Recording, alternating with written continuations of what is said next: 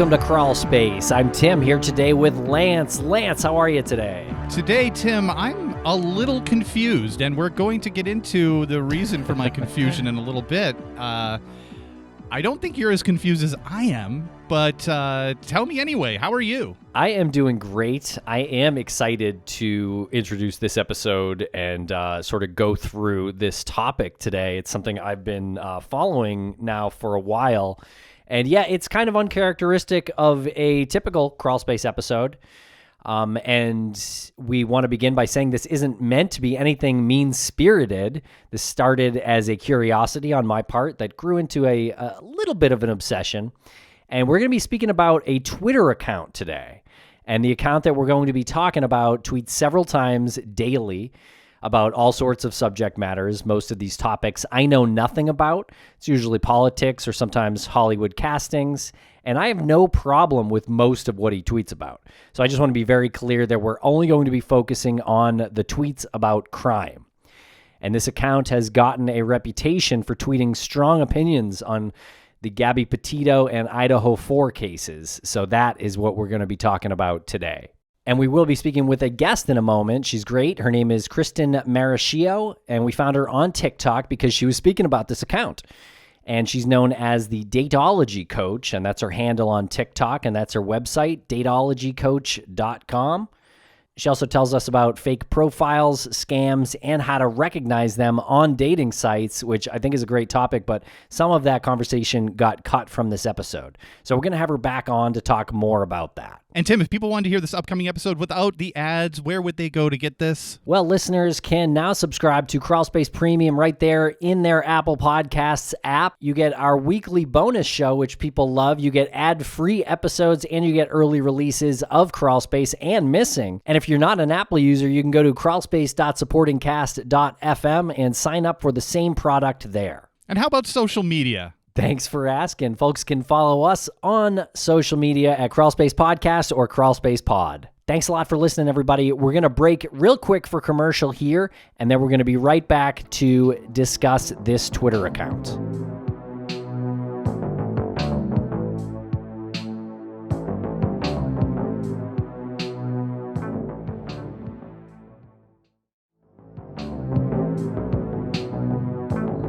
Okay, welcome back. As many of you know, in the summer of 2021, Gabby Petito was a 22-year-old young woman who was on a long cross-country road trip with her boyfriend, Brian. Part of their trip was being documented on YouTube and Instagram, and when Gabby disappeared in August of that summer, many people immediately suspected Brian as having some involvement. And because they had documented part of their journey on social media, it led to a lot of interest. Yeah, so this was a time when you have these movements or these moments that happen in the true crime community where you're torn about, right? So you want to make sure that people understand the importance of searching for a missing individual and know the danger of this, or you want to make sure that somebody is in a safe place or that families know that there's a community behind them. But when you see individuals or groups or organizations or anybody really using social media as a platform to promote themselves or to grow their followers and to achieve some sort of success over it. I know it sounds a little bit like the pot calling the kettle black with what we do, but I don't think we've ever ridden the wave of a current in real time investigation and given updates and use social media to intentionally grow our platform. So that's where I've always had a problem with talking about things like this, is that I want to make sure that people know that where we're coming from is genuine. And a lot of those people out there who did this in the true crime community just weren't genuine about it. They saw an opportunity to capitalize on this awful tragedy and probably didn't have a lot of compassion for both individuals in this story, Brian and Gabby, their families. Probably didn't have that type of compassion for the families.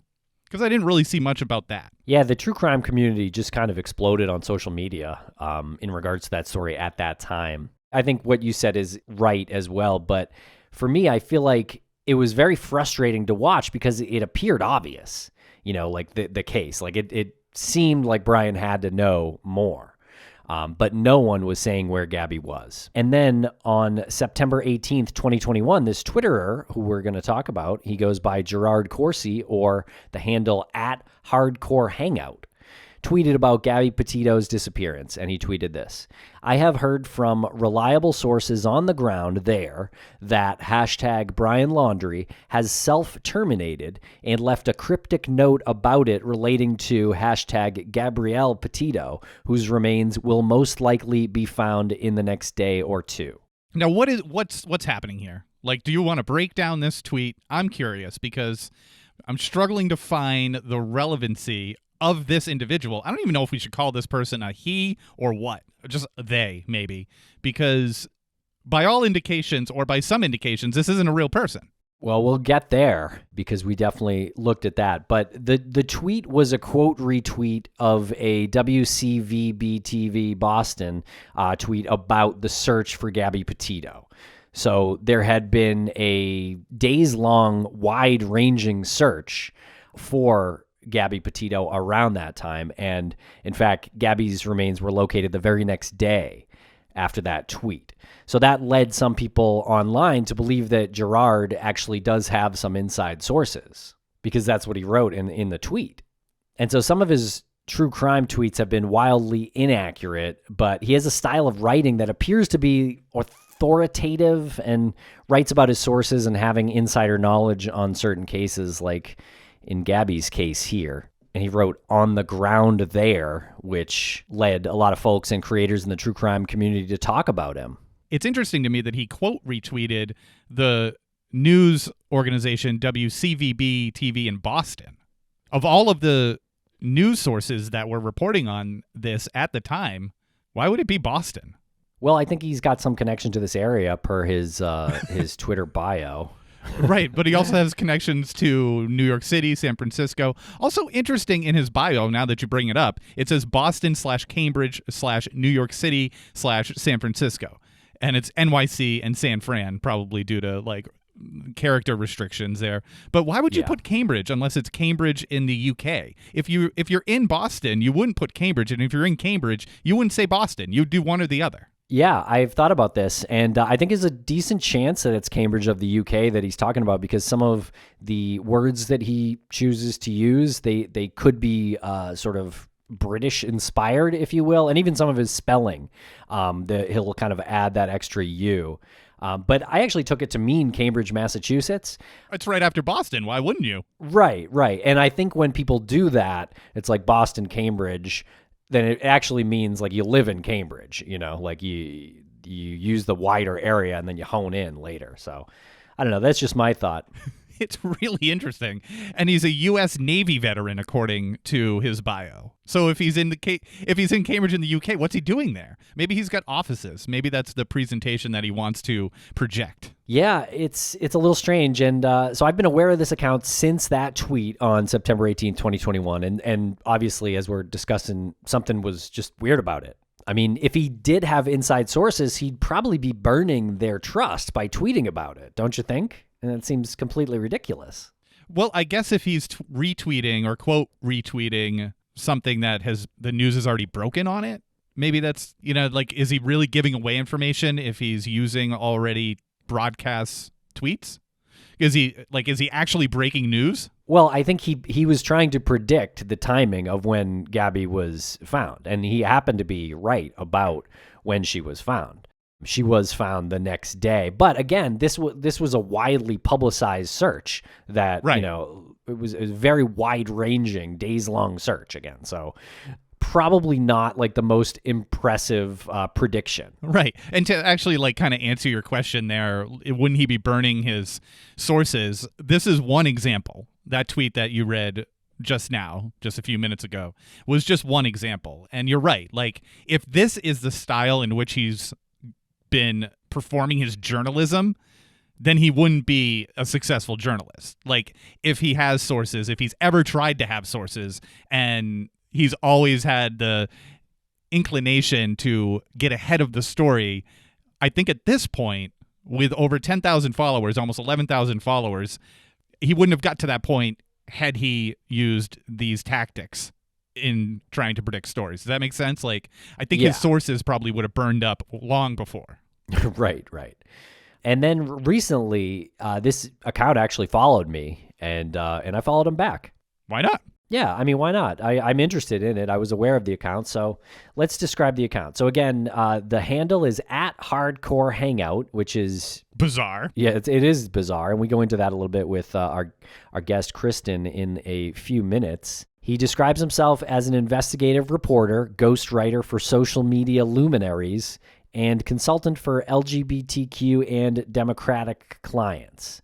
And then U.S. Navy veteran, he, him. And so his name is Gerard Corsi, and he makes a lot of claims about this. It seems like a lot of businesses coming together in that one bio, and he actually only recently added indie film actor. Another difference here between the bios is that he removed the U.S. from Navy veteran, which is interesting. Why would you do that? Yeah, possibly a character limit problem, but maybe not. Because he needed to add indie film actor? I guess so, yeah. That's so bizarre.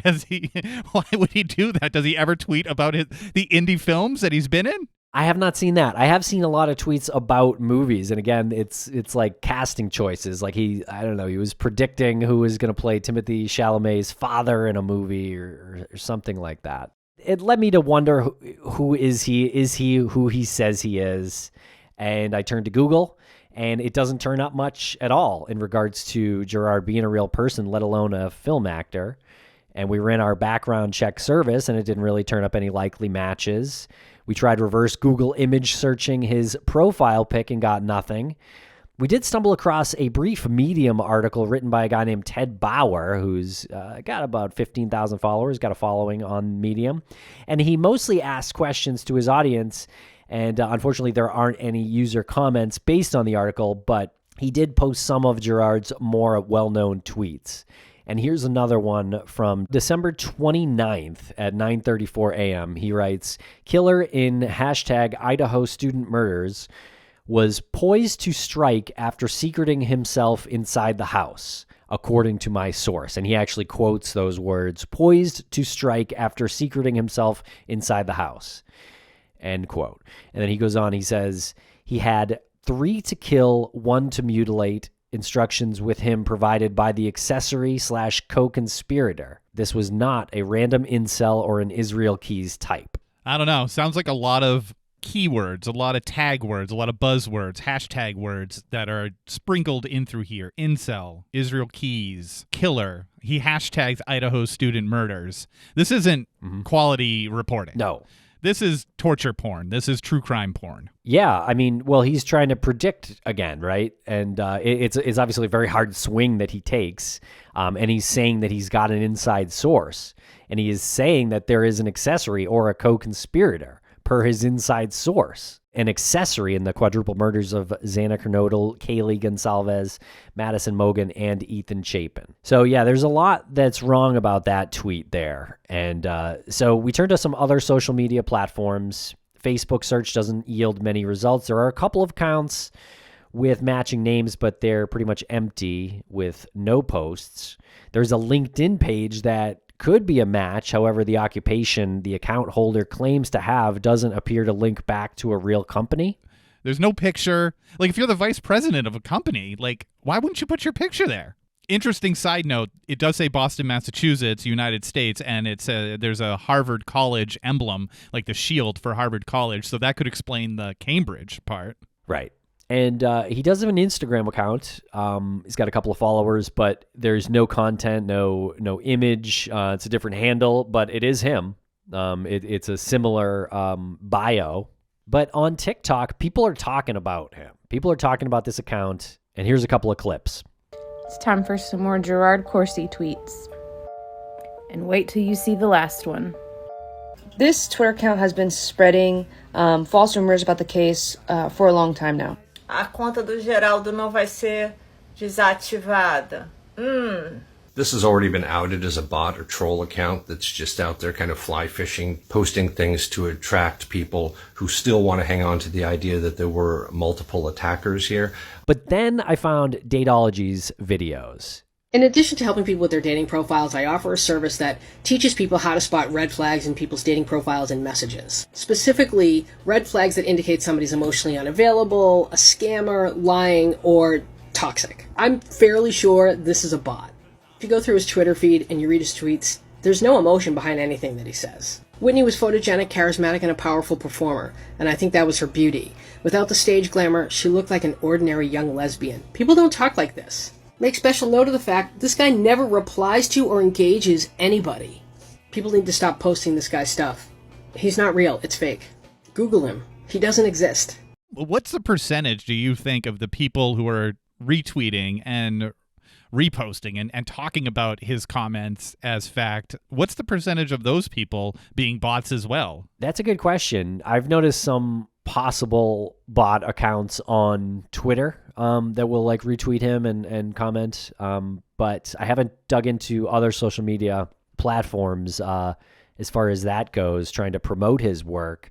It seems like it actually took on a life of its own on TikTok without the help of that I could tell anyway. And a lot of creators on TikTok are focusing on his tweets, and this one in particular about the Idaho student murders. On December 28th, 10:22 p.m., he writes, "The hashtag Idaho student murders case has all the pieces in place. The chain of causality, personal connectivity, and motive is now complete thanks to several hardworking people who want justice for the victims just as I do. Look for actions to be taken after the new year." This seems like a pretty innocent tweet. He wants justice. Why is this a tweet, though? I guess what compels, if this is a real person, what compels a real person who has information on this tragedy to type this in and tweet it out? What is the compulsion to inform people that they know that this is a thing and the pieces are in place and he wants justice for the victims? It seems to me like he's trying to guess about the timing again, like he did in Gabby Petito's case. And he's trying to assert himself as an expert with sources that are correct. And in fact, he tweeted that a day and a half before police knocked on the Koberger residence. So he was slightly off about the timing because Gerard wrote, "Look for actions to be taken after the new year." But as noted, Koberger was arrested on December 30th, 2022. So it was just before the new year that they made the arrest. So he wasn't accurate, but he wasn't too far off. And so that's why people are talking. And again, like the tweet about Gabby Petito, it wasn't the craziest thing to suggest that police were closing in on a suspect. The public knew very little of their investigation at the time. But as we talked about with Gray Hughes in an episode of Crawlspace in December, this was a quadruple homicide in a tiny town with a good vehicle of interest description that was blasted out there widely. So, I mean, I remember at that point, we were shocked that there hadn't been an arrest made yet.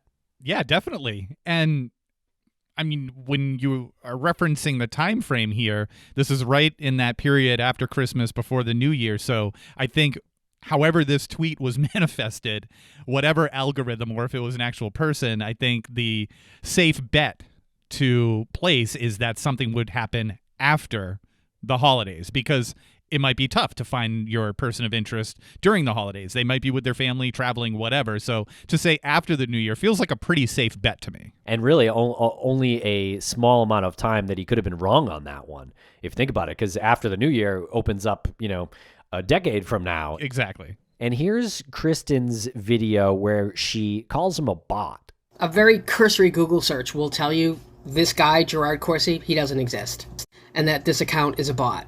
It's programmed to look for certain hashtags, and then it writes tweets based on the information shared with that hashtag. And typically what it does is take information from tweets that have very high engagement. Stop sharing this guy's stuff. He's not real. He doesn't exist. Okay, so could Gerard be a bot? I kind of had to figure out what that means when you're talking about internet, but in researching bots, I came across this obituary written by artificial intelligence. Which is hilarious. This had been circulating for a little bit. I remember seeing this, I don't remember when, but crying because I was laughing so hard. Yeah, the obituary reads, "Brenda Tent retired from living at the age of old, surrounded by family and natural causes. A librarian from birth, Brenda was an avid collector of dust." Well, good. She didn't have an allergy to dust. A lot of people do, which is, fortunate for her. It's tough. It goes on, "She had a sweetheart and married her high school." Like it's almost as if the AI, heard that she had a high school sweetheart that she later got married to, but interpreted by AI, it comes out she had a sweetheart and married her high school. Yeah, it's like the knowledge that was given to AI didn't have that connective tissue there to understand that sweetheart was now one word and not the description of one's heart. Right. Although married her high school is interesting. It goes on. She loved having hobbies and helping her sons to be disadvantaged youths. I wonder if she had horses. Actually, it goes on. She had no horses, but thought she did. Oh, I see. Well, we all do. The church gave her a choir because she sang like Bird and looked like Bird, and Brenda was a bird. Wow. That would explain the no horses thing. Right. She owed us so many poems. She did. She did. When's the funeral? Because I feel like I need to go to this funeral. Well, and pay my respects. You're out of luck because the funeral will be held in 1977 at Heaven. Oh. And in lieu of flowers, send Brenda more life. I was going to send flowers, so I'll find my local life dealer. That is bonkers funny. That is very funny. And there's a lot of funny things. You can break down each line, what's funny about that obituary. But what I learned in continuing this research is that it was actually written by a human being pretending to be a bot. My brain is just bent all over the place. Yes, as is mine. It is from the book I Forced a Bot to Write This Book by Keaton Patty, who's a former writer for The Onion. And so I was researching on Twitter and found a blog posted by Twitter in September of 2021 that says 5% of Twitter users are bots. I feel like it should be more. I feel like that is a deflated number. Maybe it's higher since September of 2021. It's a blog by Twitter, and it says, quote here, a Twitter bot is an account that's programmed to perform actions like send tweets at a scheduled time or follow accounts. These bots are created and managed via the Twitter API. By automating certain tasks, Twitter bots can help you establish an active presence in less time. With a bot, you can schedule tweets to publish at times when you're not online. You can automate responses to new followers. You can retweet content with a particular keyword or hashtag. You can follow or unfollow accounts and much more. And that's from the blog. I don't know. Is this helpful or is this terrifying? It depends what your goal is on social media or on Twitter, I guess, right? Yeah. I mean, I just remember, starting in 2016 and monitoring Twitter and just seeing accounts that were clearly not human accounts promoting political parties on both sides that were clearly just like not real people. And there were so many earmarks that could identify that as such. And that's why I feel like 5% is kind of low. I feel like it should be more in the range of like 25%. Yeah, I think if you're talking political Twitter, I think you're probably right. But if you Google search with an @ sign in front of Hardcore Hangout, which again is the Twitter account's handle, on the first page of Google, you'll get a link to tweethunter.io, which is a site that generates tweets written by artificial intelligence. So that's pretty interesting to me. I don't know if that means that Gerard is influenced by Tweet Hunter or whoever the creator of the Gerard Corsi account is, if they use tweethunter.io. I mean, there are several other kinds of AI platforms out there that you could use for this kind of thing, but this one just happened to be on the first page of Google. It's the third result from what I'm seeing here. Generate tweets like @hardcore hangout with AI. So generate tweets on the same tone and same topic. Right. And I searched our handles and you don't see that. Certainly not on the first page. I didn't see it at all, but I didn't probably search too far. But at this point, I just realized that I can't necessarily tell the difference between a bot that's pretending to be human and a human that's pretending to be a bot. So that was when we reached out to Datology coach Kristen Marashio, and we are going to play the interview with her after the break. And we'll be right back after a quick word from our sponsors. Thanks to our sponsors, and now we're back to the program. Okay, Kristen, welcome to the show. Please tell us what it is that you do. I'm a trauma certified dating coach. And the reason why I was able to sort of work into this area that we're about to talk about is I teach women how to identify scammers and abusers. This is part of what I teach them. So I know right now anyone listening is thinking, how does one get involved in this field? I was a writer for about 10 years. I wrote a dating advice column and was approached by somebody who handled trauma certification. And she had known I had experienced a series of family losses very quickly in a very short period of time. And she said, I think you'd be really great at this. This is, you'd be working with people. And because of my dating background, I thought, well, dating's kind of traumatic. So I'm going to, and I say that literally being very serious. I do think dating these days is extremely traumatic for people. So I got my certification and I got my coaching certification. And now I work with people, a lot of people who have PTSD, who have a history of abuse, who have anxiety or attachment disorders. And I help them navigate the dating scene. What do you consider red flags on a social media account? It could be that someone has created a persona to keep aspects of their life separate, which is totally normal. You always want to look for clusters of red flags, not just one. So you Google them. If there's no digital trail, okay, now go into their tweets, into their content. Are they engaging anybody? Are they responding to anybody? Are they interacting? Or are they just retweeting somebody? Look at their word choice. Is there emotion behind what they're saying?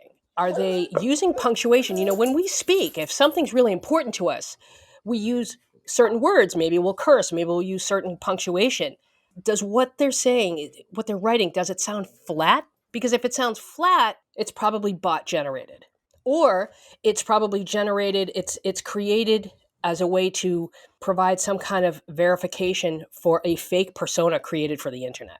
Okay. I've been looking into bots on Twitter. When you say a bot, does that mean, is that artificial intelligence? Is that actually run by a human? How does that work? There's two sort of approaches to this. I think one is AI generated, but another I think is somebody's created a fake profile to support this fake persona that they've created. Now the AI generated, they could be pulling hashtags.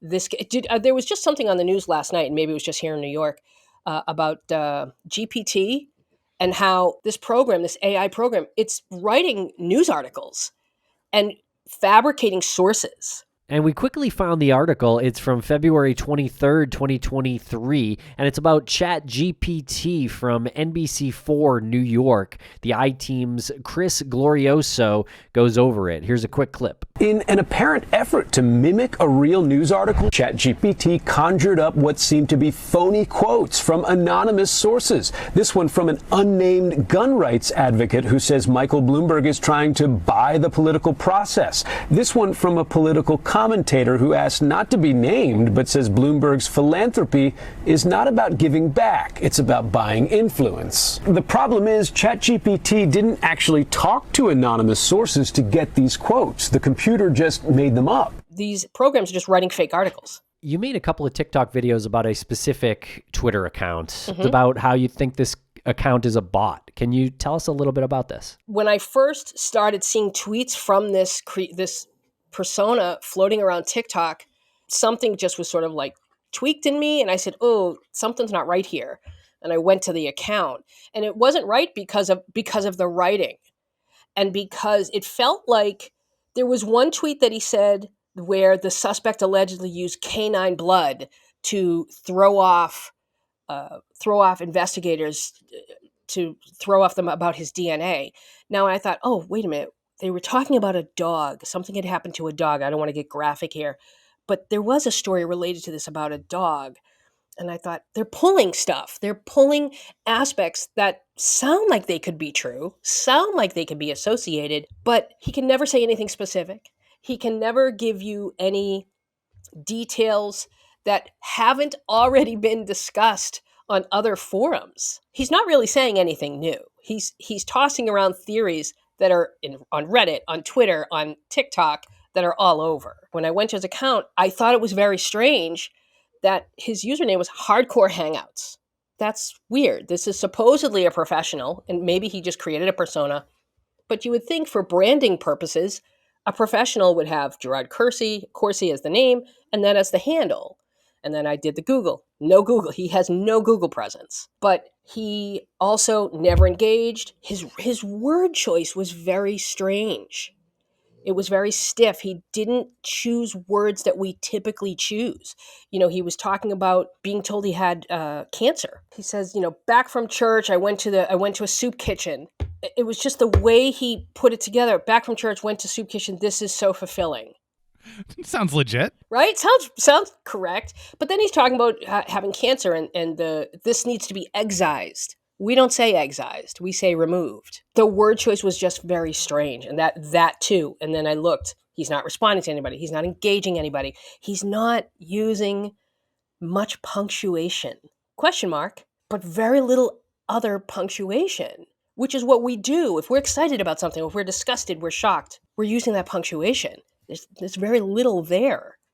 So there's no emotion there. There's no voice behind the tweets. And people definitely on some platforms seem to believe him, which seems to be a big part of the problem.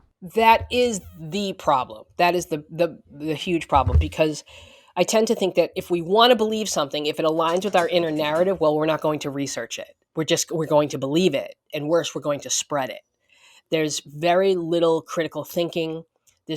Everyone's taking things at face value. And with this case especially, I don't know how the legalities work. I don't know what's involved with a mistrial, but I do know what's involved with finding a jury. And listen, right or wrong, everyone who lives in this country, that's one of our rights. And we may not like it in this instance, but it is what it is. And if he doesn't get the proper jury, if he doesn't get a fair trial, he could walk. So that's why I want this to go. I want this to be as smooth as possible. And all this information, and like you said, because he says it so matter-of-factly, people believe it. And then they just start repeating it. I want to back up just a little bit to the comment you made about the example you gave about the dog's blood. Is this something where the bot or the scammer is taking, I guess the bot, the AI part of this, is identifying keywords that are trending in a certain story? So the dog was trending, so that it picked up on that or something? What I think is it looks for hashtags, and then it pulls information from tweets, specifically tweets that probably have a lot of activity, a lot of engagement, and that's probably how it comes up with the script. And I know that there are bots like this. There are bots like this on TikTok as well. You can create profiles, and they say the weirdest stuff, but they're clearly bots. But on some level, it has to be run by a human, right? It has to be directed by a human? I would think so. I would think there had to be someone who created the program, right? There has to be. Like you said, is this performance art, or is this a test to see, I wonder if this could work? Right. Right? So there would have to be, yes. I think so. That's my opinion. So what do you think the point of this Gerard Corsi account is? I think, especially with the Idaho 4 case, if you're paying attention to that, to see the amount of people who are hopping into this saying, well, I'm friends with them and I'm going to tell you this story and this is what they told me. Believe it or not, it can be as simple as somebody just really, really needs attention. It really can be as simple as that it's just something that they like. They like all the attention. And if you'll notice, he said in a recent tweet, he's getting some press inquiries and say, well, I've told them that we have to wait, that he's having respiratory issues. And now, recently, he suddenly had this third person come in and take over his account. Now he's speaking in the third person. As soon as people started to suspect him, the narrative changed a little bit. And now there's this person that's never been there before. And now he's almost as if to say he's preemptively coming up with an excuse should someone out him. Like, oh, it was always him. It wasn't me. Right. It was always this person. Interesting. Yeah. So Gerard has allegedly fallen ill to sepsis and has been going through some kidney dialysis, and his legal representative, Franklin, is now tweeting for him. But Franklin is seemingly by his bedside 24 hours a day and tweeting in the exact same voice as Gerard. Yes. And sometimes it's like Gerard dictating these tweets to his legal representative, Franklin. Yes. And one thing that is, I guess, interesting to watch is the comments when he tweets like from Franklin. People are just telling him that he's he's a bot. It's like, thank you for your messages of concern. And people will write, nobody is concerned. You're not real. Right. This is what I mean. This is why I think it's a program. It doesn't know how to read sarcasm. It's not able to pick up on that. Sarcasm is one of the greatest hidden weapons human beings possess. Yes. I mean, look, it can totally like filter out a bot. If you're sarcastic, a bot can't figure that out. Right. So I appreciate you bringing that up, and that was not sarcastic. Well, thank you. Or was it? And we'll be right back after a quick word from our sponsors. Thanks to our sponsors, and now we're back to the program. So I did message Gerard, and I was not expecting to get a reply, but I did. So I said, hey, Gerard and Franklin, I'm wishing you all the best. And the account wrote back, thank you so much. This means a lot. And then I wanted to go a little deeper. So actually one of those press inquiries could have been me. I didn't quite get that far, but it was definitely heading that way. I asked him, I'm curious why people are mentioning that you might be a bot or artificial intelligence. How do you feel about that? And I have not gotten a response to that one. Oh, are you kidding? I'm so surprised by that. That was sarcasm. That was sarcasm. /S. That was sarcasm. You're not a bot. Should we even be talking about this? Does it make you nervous to talk about these things and put more attention on it? Or is this more like an educational thing? I think we should be talking about this, especially when it comes to the spread of misinformation. I think really, again, with this Idaho 4 case, we're really seeing the dangers of misinformation spreading mainly because, and for me, this is my personal crusade, if you will, is you've got all these people on the internet going after these surviving roommates based on a lot of this misinformation. And survivor's guilt is very real. If you look it up, people with survivor's guilt, there's a lot of fatalities. And so I think we need to be much more careful about what we're allowing out there. And we do need to alert people that, hey, you need to apply some critical thinking here. You need to learn how to interpret this stuff and not take everything at face value, because these two kids, I don't even know how to accurately express this. Like their lives are, as they know it, is over. And we don't know what they're going through mentally, emotionally, but their lives are never going to be the same. And I think people are just, they're not putting in enough thought as to what they're putting out there. And it's as if these people, well, they're not real, so I can say whatever I want, as though they're probably not looking up their own hashtag, Googling their name, reading all this stuff. So for me, it really is about, we have to be more aware of misinformation. He's not implicating anybody specific. Again, intentional, because if it's vague, if it's vague, then it opens up all kinds of conversation versus just naming one person. The problem is everybody's going towards the same people. Everybody's accusing the same people. And this is what I mean. I don't think this person, whoever's behind it, whether it's a program, I don't think it was created, because this is obviously years old. This guy's been around for a while. This persona. I think it's honestly, this person just really loves the attention. I mean, if you've watched YouTube at all, you have this guy out here saying that he's friends with Dylan, and Dylan's going to come on my YouTube show. There's a gag order. Dylan couldn't possibly come on your YouTube show. What are you talking about? And you have to ask yourself, why is somebody doing that? And it's for attention. Yeah, and if the account was sort of labeled as parody or as, satire, I think it would be totally different. Because some of the other subjects he writes about are kind of clearly satire, I think, and jokey, I think in some ways, especially when he writes about how ill he is, and then 5 minutes later writes about some bizarre casting decision that Hollywood made. It just seems very inconsistent. Right. So on a scale of 1 to 10, 10 being the most bonkers, how bonkers is this Twitter account? You're asking someone who has sort of immersed themselves into that kind of world. So for me, it's kind of like, this doesn't surprise me. I've been involved in a lot of situations, identifying phantom personas. So for me, I was just like, it's just another Tuesday. It doesn't surprise me. I think what's bonkers to me is that people believe it. That's what's so scary. Well, you mentioned performance art. What is happening out there? Where does it cross the line from performance art to being illegal, or is that even possible? Well, we're starting to see now, especially on TikTok, we're starting to see some legalities come into play here. There's one creator who said that from her tarot cards, she learned that a professor at University of Idaho was the murderer because she was involved with one of the victims, and she was working with one of the victim's ex-boyfriends. And now that professor is suing this TikTok person. Another TikTok creator, she spent a year and a half just making up lies about these people in Arlington, Virginia.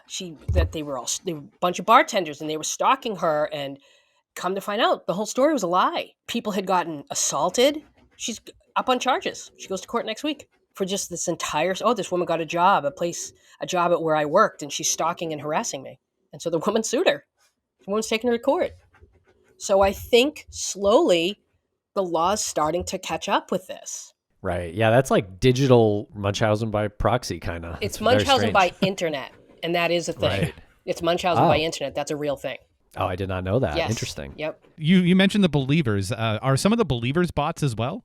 I think that's possible, but again, because I've immersed myself into this, it makes absolute sense to me that there are people who will buy into this because of their own inner narrative. So they're like, yep, that makes sense to me. I believe that there was an accomplice in this case. So I believe this person, even though it makes no sense and he never answers any questions and he doesn't provide any facts, but he says they're an accomplice and I think there was an accomplice.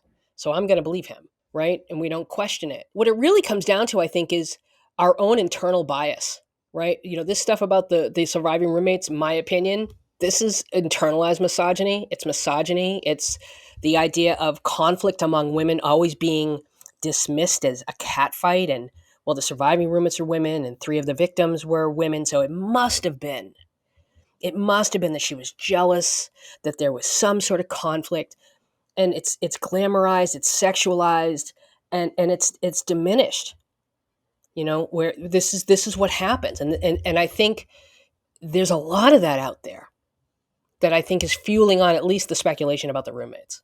Our brain likes what it knows. And so when we can't figure out something, especially something as terrifying as this case, our brain works overtime trying to make sense of it.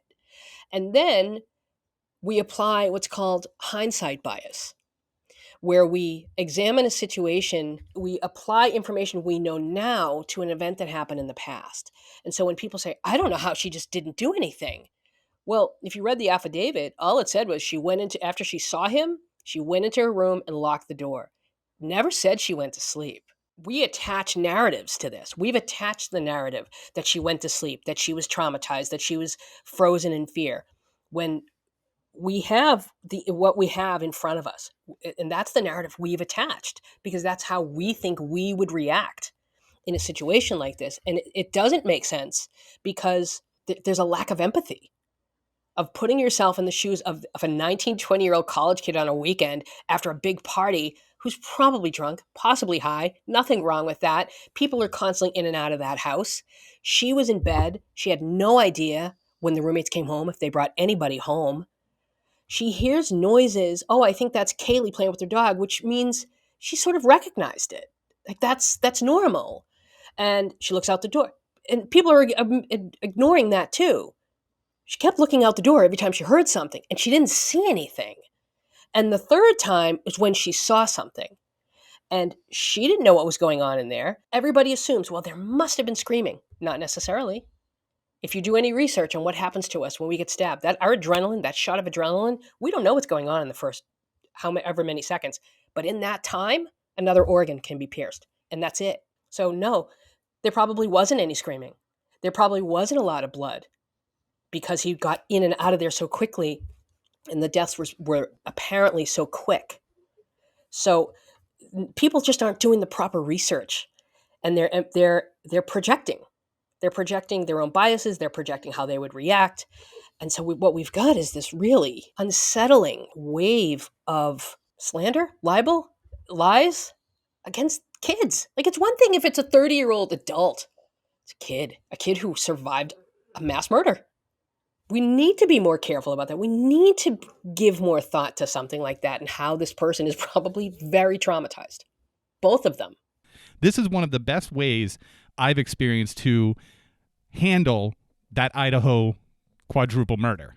And as a regular person with no degree in anything psychological, so many people contribute to the conversation on social media.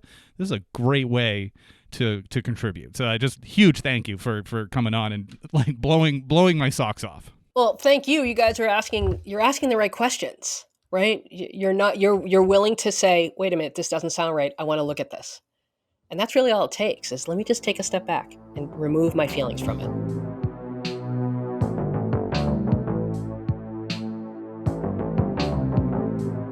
So at the beginning of this, I said that I was very confused, and I think I'm ending this by being more confused because A, I'm just not sure the importance or relevance of this, but at the same time, I know there is importance and relevance to talking about this because it is in the field in which we operate, and we try to do that on a responsible level. And for some reason, which I can't put my finger on, or maybe I could. See, that's why I'm so confused. This account, this type of journalism or broadcast or delivery of information, it feels like a forecast of something worse and bigger to me.